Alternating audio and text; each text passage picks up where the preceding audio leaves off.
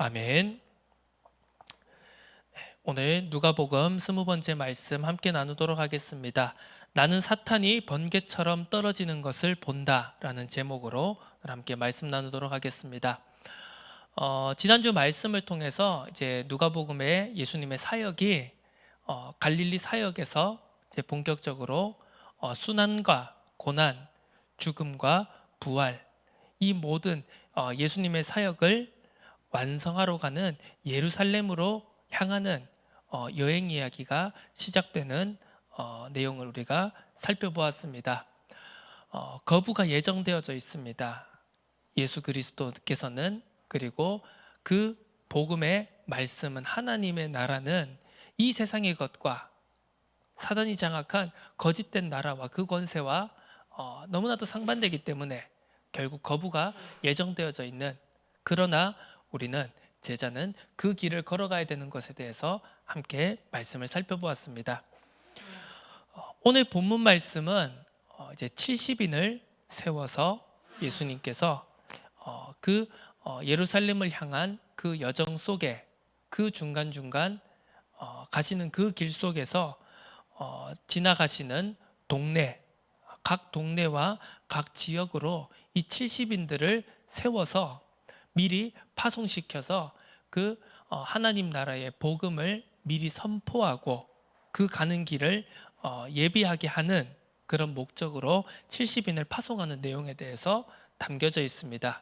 그러면서 제자의 자세와, 그리고 그 제자들이, 보냄받은 제자들이 각 집과 동네와 마을, 성으로 들어갈 때 그들이 어떻게 해야 될지를, 어떻게 하나님의 나라를 전파해야 되며 그 제자들의 자세는 어떠해야 되는지를 예수님께서 말씀하시는 장면이 나오게 됩니다.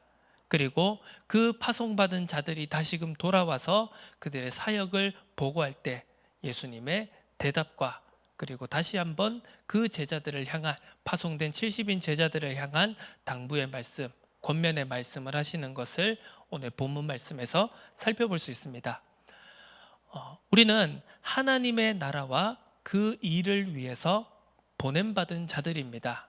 부름받았고 또 그 부름을 받은 그 내용대로 다시 보냄받는 자들입니다. 그래서 우리에게 있어서 하나님의 나라란 알아도 되고 몰라도 되는 어떤 그런 선택적인 내용이 아닌 반드시 알아야만 하는, 그리고 우리의 개인의 삶과 개인의 영역과 우리들의 개인의 인생 여정을 뛰어넘어서 하나님의 나라를 위하여서 살아가는 여정이란, 하나님의 나라를 위해서 살아가는 인생이란, 그리고 하나님의 나라를 위해서 함께 걸어가는 공동체의 여정이란 어떠해야 하는 것인가를 우리는 반드시 확인하고 점검하고 또 결론 내리고 가야 한다는 것을 우리는 절대 놓치지 말아야 합니다. 오늘 이 본문 말씀에서 우리가 살펴볼 수 있는 크게 몇 가지의 주제들이 있습니다. 몇 개의 키워드가 있는데요. 그 중에 첫 번째가 바로 평안입니다. 다른 말로는 평화라고도 할 수 있겠죠. 이 평화라고 하는 것은, 평안이라고 하는 것은 개인에게 있어서도, 그리고 사회에 있어서도, 그리고 전 세계에 있어서도 어떻게 보면 바라마지 않는 내용일 겁니다. 지금도 이 지구상에는 세계 곳곳에서 각 지역에서 끊임없는 전쟁과 분쟁이 벌어지고 있습니다. 지금도 분쟁이 벌어지는 곳이 있고, 또 어떻게 보면 우리가 화약고처럼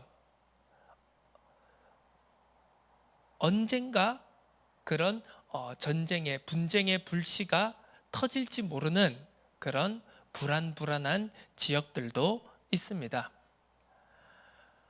그런 가운데서 이 세상에 살아가는 수많은 사람들, 아니 모든 사람들이라고 하는 게 맞는 말이겠죠. 모든 사람들은 당연히 평화를 바랍니다.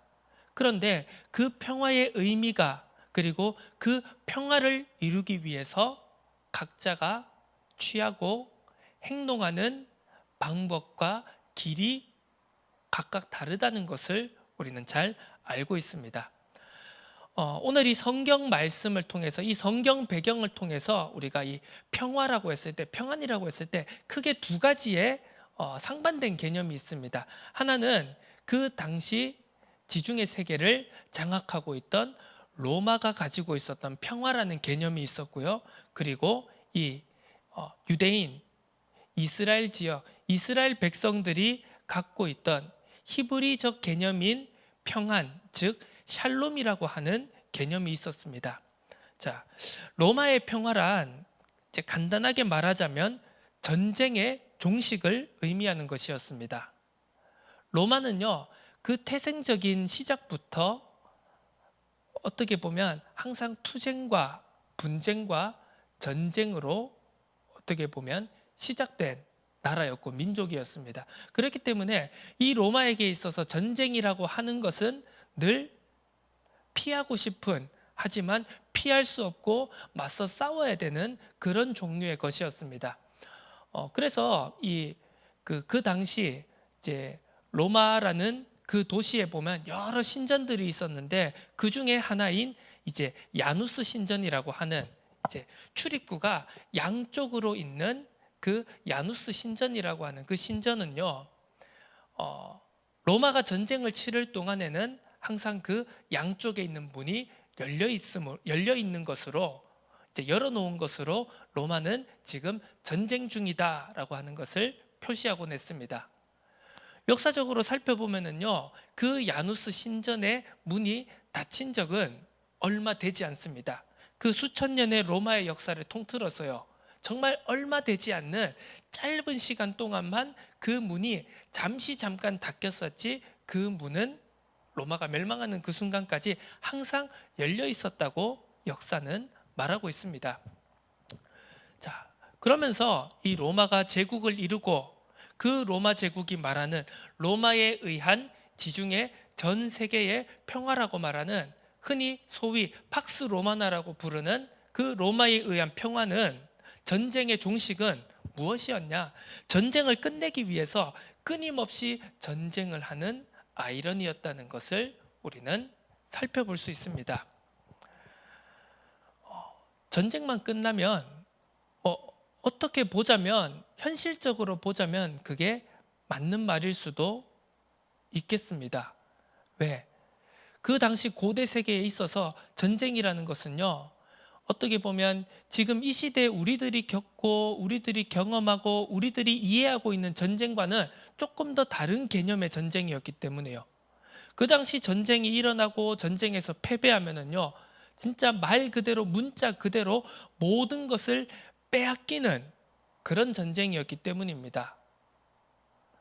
가족들, 아이들, 여자들 할 것 없이, 남자 할 것 없이 모두 노예로, 그리고 짓밟히는 상태로 다 내몰릴 수밖에 없는, 그래서 모든 것을 빼앗기는 그런 전쟁이었기 때문에 이 전쟁이 끝난다는 것은 어떻게 보면 각 개인에게 있어서는, 각 가정에 있어서는, 그리고 나라와 민족에 있어서는 어떤 의미에서의 구원이라고도 할 수 있는 것이었겠죠. 그래서 강력한 힘을 가진 로마와 그 황제를 통하여서 전쟁이 종식되어진다는 것은 한마디로 로마 황제가 지중해 전 세계 나라와 민족들을 해방시켜주는, 자유하게 해주는, 구원시켜주는 구원자의 위치에 있었다. 그렇게도 우리가 이해할 수 있는 것입니다. 그래서 전쟁만 끝난다면, 저 로마를 통해서 전쟁만 우리가 겪지 않을 수 있다면 우리는 기꺼이 로마를 따르겠다, 로마에 충성하겠다, 로마 황제를 신으로 모시겠다라고 하는 그런 개념은 어떻게 보면 너무나도 자연스러운 일이었을지도 모르겠습니다. 그런데 성경이 말하는 유대인 이스라엘 백성이 갖고 있었던 하나님이 말씀하신 샬롬이라는 의미는 어떻게 보면 그것과는 조금 더 다른, 어떻게 보면 더 한 단계 높은 포괄적인 의미의 평화였다라고 볼 수 있습니다. 물론 전쟁을 종식시키는 것도, 전쟁이 종식되는 것도 샬롬의 의미에는 포함되어 있었습니다. 왜냐? 이스라엘은 늘 끊임없이 전쟁과 그리고 강대국의 침략과 억압과 그런 어려움들을 겪었기 때문에 당연히 그 샬롬이라고 서로 인사하는 그 의미에는 당연히 그런 전쟁에 그리고 육신적인 어려움에 대한 평안도 포함되어 있었을 것입니다. 하지만 더욱더 궁극적으로 가자면 이 샬롬이라는 것은 결국 하나님을 떠난 인간과 하나님이 창조하셨지만 하나님께 창조된 피조물이지만 결국 하나님께 불순종하고 하나님을 떠나 죄와 저주와 사단, 지옥 배경의 권세 아래 놓이게 된 인간과 하나님과의 궁극적인 샬롬, 궁극적인 평화를 의미하는 단어였기 때문입니다. 단순히 육신적인 어려움 해결하고 내 육신적인 의식주가 해결되어지고 내 육신적인 그런 문제와 고난이 해결되어지는 것으로 끝나는 것이 아니라 바로 그 모든 것의 근원인 하나님을 떠난 문제, 하나님과의 관계가 단절되어진 것을 회복하는 샬롬이라는 의미에서의 평화, 이것이 바로 성경이 말하는 하나님의 나라의 복음이 우리에게 말하는 진정한 의미의 평화, 샬롬인 것입니다. 자, 그래서 이 예수님께서 이 70인 제자들을 따로 세워서 파송하실 때 하나님의 나라의 복음을 선포하라고 명하셨을 때 각 집과 동네와 고을과 성에 가서 이 복음을 전하라고 했을 때 평안을 전달하라고 했을 때는 그냥 예수님께서 단순히 이 예수님이 메시아로 오셔서 이스라엘을 해방시켜 줄 것이다. 저 강대국, 저 로마로부터 압제해서 구원해 주실 것이다. 우리에게 의식주 문제를 해결해 주실 것이다. 라는 그런 단순한 육신적인 문제가 아닌 바로 하나님과의 단절되어져 버린 관계를 회복시켜주는, 그래서 인간의 궁극적인 문제와 갈등과 불안과 그런 모든 재앙의 문제를, 죽음의 문제를 해결해주는 참 샬롬을 전달하는 것을 의미했다. 이것을 우리가 살펴볼 수 있습니다. 이 70인에 대해서 우리가 한번 살펴봐야 되겠죠. 성경에는요 꼭 다 그런 것은 아니지만 숫자나 어떤 이제 그런 주제에 대한 의미들, 상징들이 담겨져 있는 것을 볼 수 있는데요. 이 70인이라고 했을 때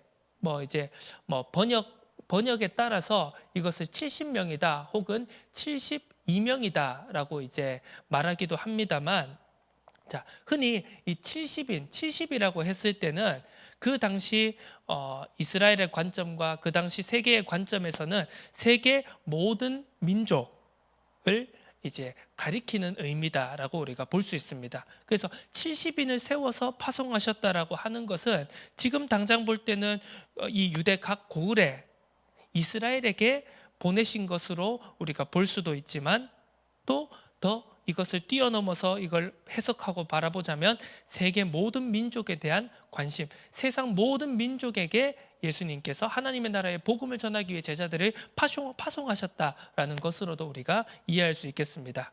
그리고 이 70인들은 앞서 보냄받은 자들이라는 사실입니다.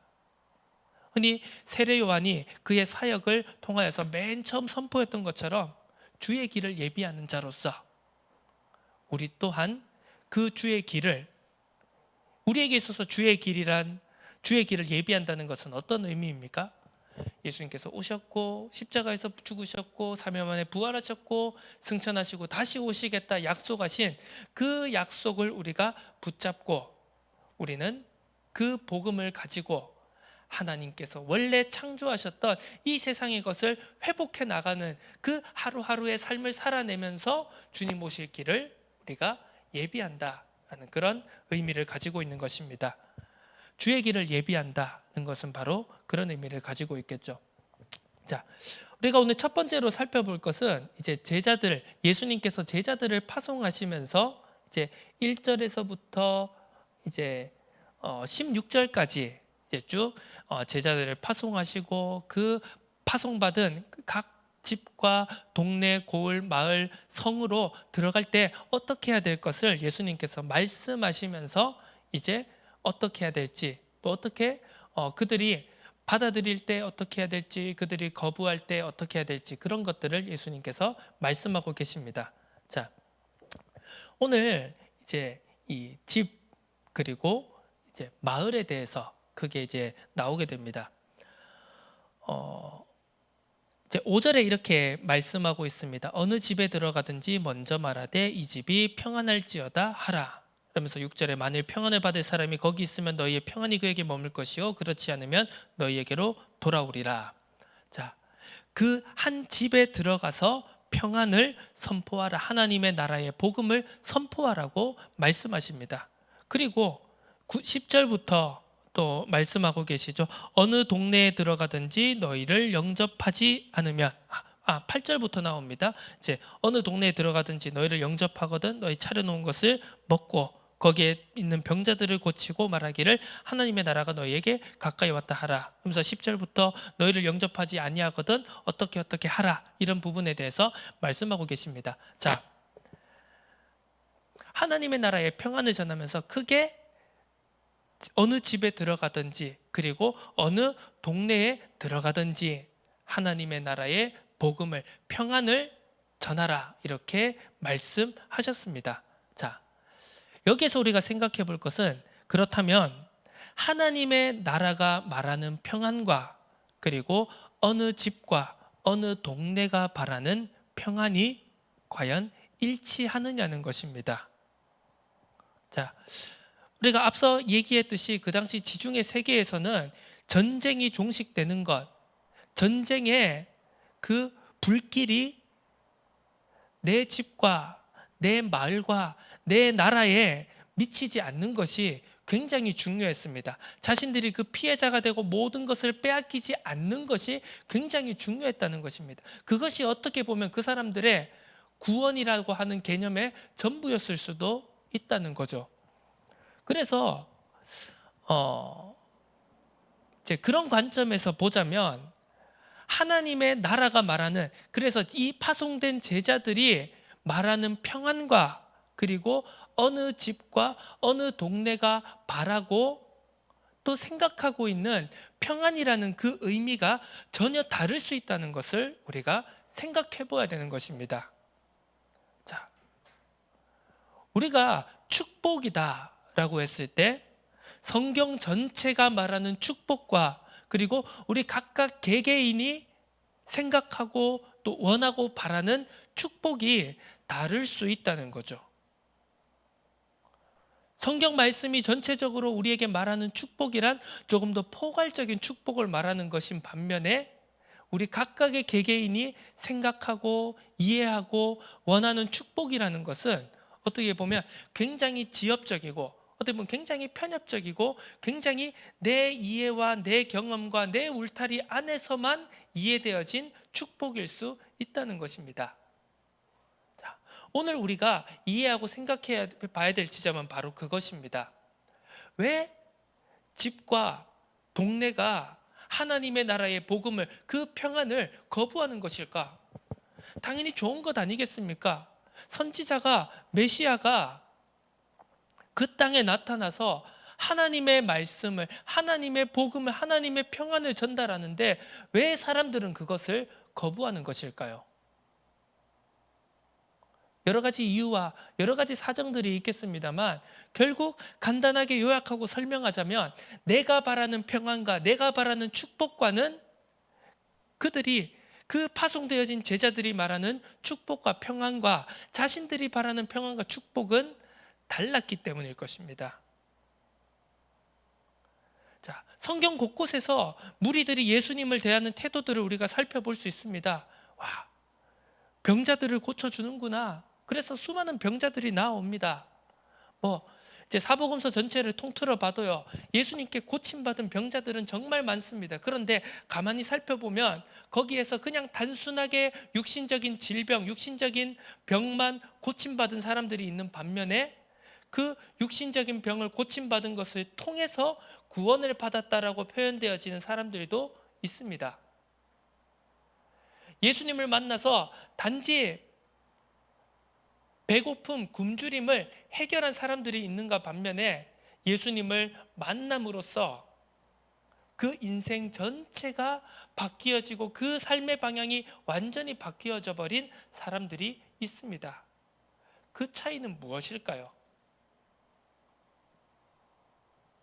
어떻게 보면 대답은 간단합니다. 이전까지 내가 살아왔던 삶의 방식과 이전까지 내가 생각해왔던 모든 개념들, 내가 가지고 있었던 모든 이해들이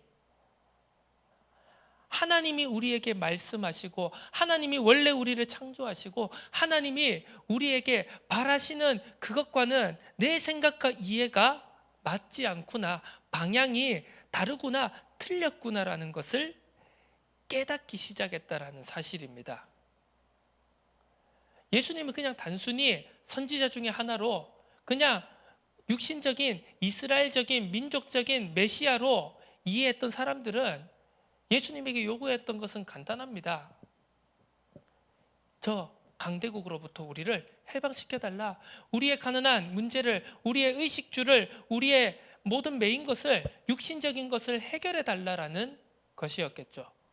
그런데 예수님은 그것만을 위해서 오시지 않았다라는 것을 복음서를 통해서 계속해서 이스라엘 백성들에게 말씀하고 계신 겁니다. 심지어 제자들에게도 그것을 계속해서 말씀하고 가르치시고 권면하고 계셨다는 겁니다. 자, 여기에서 또 우리가 한번 생각해 볼 것은, 우리는 모두 힘든 삶을 살아가고 있습니다. 뭐 각자가 그 모습이나 모양이나 형태나 정도는 다 다르겠지만 각자 우리 모든 사람들은 힘든 삶을 살아가고 있습니다. 힘들지 않은 삶은, 인생은 단 하나도 없죠. 그런데 여기서 생각해 볼 것은, 그렇다면 우리가 하나님을 믿지 않는 사람이 힘든 것과 하나님을 믿는다고 말하는 사람들이 힘든 것 중에 어느 것이 더 힘들겠습니까? 자, 하나님을 믿는 우리의 입장에서 한번 생각해 본다면요, 자, 똑같이 힘들 겁니다. 똑같이 인생에 문제가 있습니다. 갈등이 있습니다. 어려움이 있습니다. 고난이 있습니다. 그런데 하나님을 믿지 않는 사람들이 힘든 것하고요, 하나님을 믿는다고 말하는 우리가 힘든 것 중에 과연 뭐가 더 힘들까요? 당연히 후자가 더 힘든 것이겠죠. 우리 생각에는 그렇습니다. 그래, 하나님 안 믿는 사람들이니까, 불신자니까 멸망받을 사람들이니까 저들이 뭐 우리가 흔히 말하는 불신자 상태 속에서, 그런 사단에게 매인받은 상태 속에서 지옥 배경에 권세 있는 사람들로서 어려움 당하는 것은 너무나도 당연한 일이다, 그럴 수 있다라고 우리는 생각하겠죠. 그런데 하나님을 믿는다라고 하는 우리들이 힘든 것에 대해서 어떻게 보면 우리는 솔직하게 우리들끼리 서로 그런 것을 드러내놓고 서로 공유하고 표현하진 않지만, 드러내놓지는 않지만 우리 각자가 느끼는 그런 느낌은 훨씬 더 강할 것입니다. 아니, 구원 받는다며, 축복 받는다며, 하나님의 나라의 그 평화가 우리에게 임한다며. 그런데 왜 우리는 여전히 힘들지?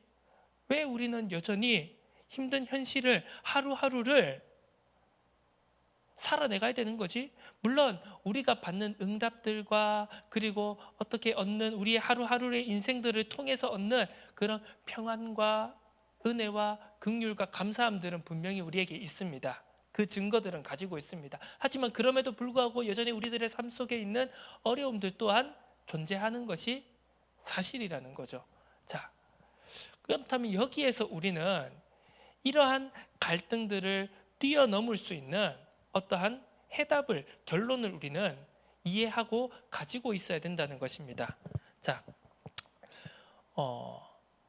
하나님의 나라의 복음, 아까도 이제 앞서도 말씀 우리가 함께 나누었지만, 평화라고 했을 때 그 로마가 말하는 전쟁을 종식시키는 로마의 평화와, 그리고 육신적인 평안뿐만이 아닌, 육신적인 문제 해결뿐만이 아닌 하나님과의 단절되어진 관계를 회복하는 포괄적인 의미의 샬롬이라는 그런 이제 개념에서 우리가 봤을 때, 우리가 하나님을 믿는다, 우리가 크리스천으로 살아간다, 하나님의 나라의 복음을 선포하는, 하나님의 나라를 확장시켜가는 제자라는 우리의 신분으로서 우리가 이 말씀을 이해하고 성경을 이해하고 또 우리들이 가야 될 그 길을 이해하는 것에 있어서 어떻게 보면 우리의 생각이, 우리의 이해가, 그리고 우리의 지평이 조금 더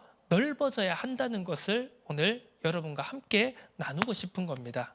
자, 비유를 하자면 그렇습니다. 예를 들어, 자, 요게 우리들이 살아가고 있는 삶의 범위입니다. 이것이 우리는 한국 사람이다. 우리는 이 대한민국이라는 땅에서 살아가고 있다. 대구라는 한 도시에서 살아가고 있다. 내 집이라는, 내 가정이라는 곳에서 살아가고 있다. 내가 일하는 직장이나 내 업이나 어떤 그런 분야나 현장에서 살아가고 있다라는, 이것이 내가 현실적으로 살아내고 있는 내 삶의 범위입니다. 여기에서 갈등도 있고 문제도 있고 어려움도 있고 고난도 있을 것입니다. 자, 그런데 하나님의 말씀이, 복음이, 하나님의 나라의 복음이 우리에게 말하는 것은 무엇이냐면요, 자, 여기에 살지만은, 이 범위 안에, 이 울타리 안에 살지만은 사실은 하나님의 나라의 복음이란 이러한 테두리 안에 있다라는 것을 우리가 깨닫기를, 인식하기를 바라는 것입니다. 자, 이게 어떤 의미냐면요, 또 다르게 비유해 보겠습니다. 자, 이걸 다 알고, 이걸 다 삶으로 경험을 했던, 체험을 하던, 이론적으로만, 말씀으로만 이해를 했던, 어쨌든 이걸 다 알고 있는 사람들이 있습니다. 이걸 다 알고 여기에서 사는 사람들이 있는 반면에, 내가 살아가고 있는 딱 요 범위만, 요 테두리만 알고, 또는 알려고만 하고 여전히 요 테두리 안에서만 살아가는 사람들이 있습니다. 자, 그러면 이것은 똑같은 삶입니까? 자, 분명히 살아가는 이 삶의 영역의 범위는 똑같습니다. 내가 이걸 안다고 해서요, 갑자기 내가 살아가고 있는 삶의 테두리가 갑자기 막 확 확장되지는 않습니다. 여전히 내가 성경 66권을 일독을 하고요, 성경 말씀을 잘 알고 이해를 하고, 예를 들어 가지고 어떤 평신도의 범위를 뛰어넘는 교리적인 것을 이해하거나 신학적인 것을 이해하거나, 우리가 신앙 도서를, 신앙 서적을 많이 읽어서 내가 이 기독교 신앙에 대한 어떻게 보면 포괄적인 이해를 다 하고 있다라고 해도 여전히 나는 여기에 살고 있는 건 현실입니다. 자, 그러면 이걸 아는 것이 무슨 의미가 있느냐라고 반문할 수가 있겠죠. 그러면 나 여전히 여기에 살면서도 이걸 알고 있는 것이 그러면 무의미한 일일까? 라는 질문을 드리는 겁니다. 자, 나는 당연히 여기에만 사는데 그러면 이것만 알고 살면 되는 거 아니야? 아니, 그래, 나 하나님의 자녀 맞아. 세계 복음화 해야 될 제자가 맞고 크리스천 맞고 하나님의 나라의 복음을 확장해야 될 사명을 받은 사람인 건 알겠어, 아는데 난 여전히 여기 범위 안에 살고 있잖아. 갑자기 하나님이 나를 축복하셔가지고 내가 경제적인 축복을 받고 내가 어떤 내 업에, 내 분야에 뭔가 엄청난 그런 응답을 받아가지고 갑자기 내 영역이 확장되어지고 이러면 내가 이렇게 많이 아는 게 의미가 있겠지만, 나는 여전히 요 테두리 안에서 살아가고 있는데 내가 굳이 이걸 다 알 필요가 있어? 하나님의 나라에 대한 성경 66권에 대한 폭넓은 포괄적인 이해를 굳이 할 필요가 있어? 라고 우리가 질문할 수 있습니다. 여기에 대해서 여러분들은 어떻게 생각하십니까? 어떻게 대답하시겠습니까? 저는 그렇게 생각합니다. 물론 이걸 알고 여기에 사는 것과 이것만 알고 여기에 사는 것은, 여전히 살아가는 삶의 범위는, 그리고 내가 살아내야 되는, 내가 하루하루 살아내야 되는 삶의 범위는, 삶의 어려움은 똑같겠지만 자세가 완전히 달라진다는 것을 우리가 생각해 볼 필요가 있다는 것입니다. 자, 한마디로 그겁니다. 지금 70인 제자들이 각 집에 들어가서, 그리고 각 동네에 들어가서 하나님의 나라의 복음에 평안을 선포한다라고 했을 때, 어떻게 보면 그것은 예수님께서 말씀하셨던 것처럼, 예수님께서는 내가 화평을 주러 온 줄로 생각하느냐, 화평이 아니라 검을 주러 왔다라고 예수님께서는 복음서를 통해 계속해서 말씀하고 계시죠. 아니, 여기에서는 평안을 전하라면서요. 화평을 말하라면서요. 그러면서 또 상반된 것처럼 보이게 예수님께서는 검을 주러 왔다, 검을 던지러 왔다라고 말씀하고 계십니다. 이 두 상반된 말씀을 우리는 어떻게 이해해야 될까요? 자, 여기에서 아까 우리가 이야기했던 부분들이 어떻게 보면 더 선명하게 우리에게 부딪혀 와야 되는 겁니다. 내가 생각하는 축복, 그리고 하나님의 말씀이 성경 66권 전체가 우리에게 주는 축복이라는 개념은 완전히 다를 수가 있다는 것부터 우리가 인식하기 시작해야 된다는 것입니다. 내가 생각하는 평안, 내가 생각하는 안정, 내가 생각하는 화평과 그냥 우리가 상투적으로 샬롬, 샬롬, 평안하십니까? 샬롬, 샬롬이라고 그냥 되뇌이는 것과 진짜 성경 66권 말씀이 전체적으로 우리에게 전달하고 우리에게 명령하는 샬롬이라는 그 두 사이에서의 의미가 완전히 다를 수도 있다는 것을, 어떻게 보면 하늘에서 땅만큼의 격차보다 더 클 수 있다는 것을 우리가 깨닫기 시작해야 된다는 것입니다. 그래서 물론 제자들이 각 집에, 각 마을에 평화를 전달하러 간 것은 맞습니다. 그와 동시에 제자들은 어떻게 보면 예수님의 말씀처럼 검을 던지러 간 것입니다. 무엇이요? 지금 네가 생각하는 신앙과 말씀이 너에게 말하는 신앙관이 완전히 틀릴 수 있어. 그걸 깨달아야 한다는 것입니다. 당신이 생각하는, 당신의 마을이 너희들이 생각하는 평안과 하나님의 복음이 말씀하는 평안이 완전히 다를 수 있다. 그것을 깨달아라는 것입니다. 자, 그래서 이스라엘이라는 의미를, 하나님 나라라는 의미를, 평안이라는 의미를 오해하고 거부하는 각 집과 가정과 그리고 동네, 마을, 성, 여기에 대해서 예수님은 분명히 말씀하고 계십니다. 12절부터 말씀하고 계시죠. 내가 너희에게 말하노니 그날에 소돔이 그 동네보다 견디기 쉽다. 화 있을진저 고라시나 화 있을진저 벳세다야. 그리고 가버나움아, 이렇게 말씀하고 계시죠. 이 예수님의 예루살렘으로 떠나는 여행이 시작되기 전 예수님께서 중심 사역지였던 그 갈릴리 지역의 대표적인 마을들입니다. 예수님께서 처음으로 복음을 선포하셨고 끊임없이 그곳에서 하나님의 나라를 선포하셨고 기적을 행하셨고 수많은 사람들에게 치유와 해방과 자유를, 그 사역을 선포하신 그 갈릴리 지역, 끊임없이 거의 3년에 가까운 시간 동안 복음을 들었던 그 갈릴리 지역의 마을들을 향하여서 예수님은 심판과 경고의 말씀을 하신 겁니다. 내가 끊임없이 하나님의 나라의 복음을, 평안을 너희에게 말하지만 너희들이 생각하는 평안은, 너희들이 바라는 평안은 내가 주려고 하는 평안이 아니다라는 것입니다. 그것을 결국 깨닫지 못하고, 아니 내가 원하는 평안을 주세요, 내가 원하는 축복을 주세요, 내가 원하는 구원을 주세요라고 하면서 내가 원하지 않는, 내가 바라지 않는 것은 필요 없어요라고 거부하는 그 이스라엘 백성들, 그 갈릴리 사람들을 향하여서 무엇이라고 하십니까? 소돔이, 심판날의 소돔이, 그리고 두로와 시돈이 너희보다 더 구원받기 쉬울 거야, 이렇게 말씀하신 것입니다.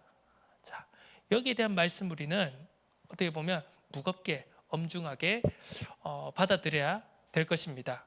어떻게 보면 이 복음을 거부하는, 하나님의 나라의 복음에 참된 평안을, 참된 샬롬을 거부하는 이 누구입니까? 고라신, 그리고 벳세다, 이런 가버나움, 이런 지역들이 어떻게 보면 하나님 믿는다고 하고, 내가 제자라고 하고, 내가 하나님의 나라의 복음을 전한다라고 말하는 우리들을 의미하는 것일 수도 있다는 사실입니다. 여기에 대해서 우리는 깊이 깨닫고 깊이 묵상해야 될 필요가 있습니다. 그러면서 마지막으로 우리가 무엇을 통해서, 그럼 제자들은, 하나님의 나라의 복음을 전달하는, 평안을 전달하는 제자들은 과연 무엇으로 기뻐해야 되는가? 17절부터 20절에 나와 있습니다. 제자들이 돌아와서 주님의 이름으로 명령하면 귀신들도 우리에게 항복을 합니다 라고 너무나도 기뻐하는 겁니다. 너무나도 기뻐할 일이죠. 엄청난 역사가 일어났으니까. 예수님이 무엇이라고 했습니까? 안다, 하늘로부터 사탄이 번개같이 떨어지는 것을 내가 보았다. 그러면서 너희에게 이런 권능을 주었고 너희들 해야 할 자들이 없다. 하지만 20절에 무엇이라고 했습니까? 그러나 귀신들이 너희에게 항복하는 것으로 기뻐하지 말고 너희 이름이 하늘에 기록된 것으로 기뻐하라. 이것이 무엇입니까? 자, 우리는 육신의 삶을 살아가기 때문에, 우리는 육신의 눈을 가지고 있고 육신의 감각을 가지고 있기 때문에 당연히 눈에 보이는 것으로 판단하고 분별할 수밖에 없습니다. 물론 어떤 특별한 은사를 받거나 어떤 영적인 능력이 탁월하신 분들은요, 실제로 그 영적인 것을 체험하고 더욱더 선명하게 볼 수 있는 분들도 있겠죠. 하지만 대부분의 우리 믿음을 가지고 살아내는 우리들은 육신의 것을 통해서, 육신의 것으로 보면서 우리는 영적인 것을 분별하고 판단해야 된다는 것입니다. 굉장히 어려운 일이죠. 그러면 과연 우리는 그 육신적인 것을 보면서 영적인 것을 어떻게 분별할 수 있을 것인가? 자, 분명 주의 이름으로 우리가 선포했을 때 귀신들이 우리에게 항복했습니다라는 그 70인들의 그 고백이, 그 기쁨이 틀린 것은 아니었을 겁니다. 그런데 예수님의 말씀은 무엇이냐? 그걸 뛰어넘는 것을 너희들은 분별할 수 있어야 한다. 이것을 말씀하고 계신 겁니다. 그러면서 무엇입니까?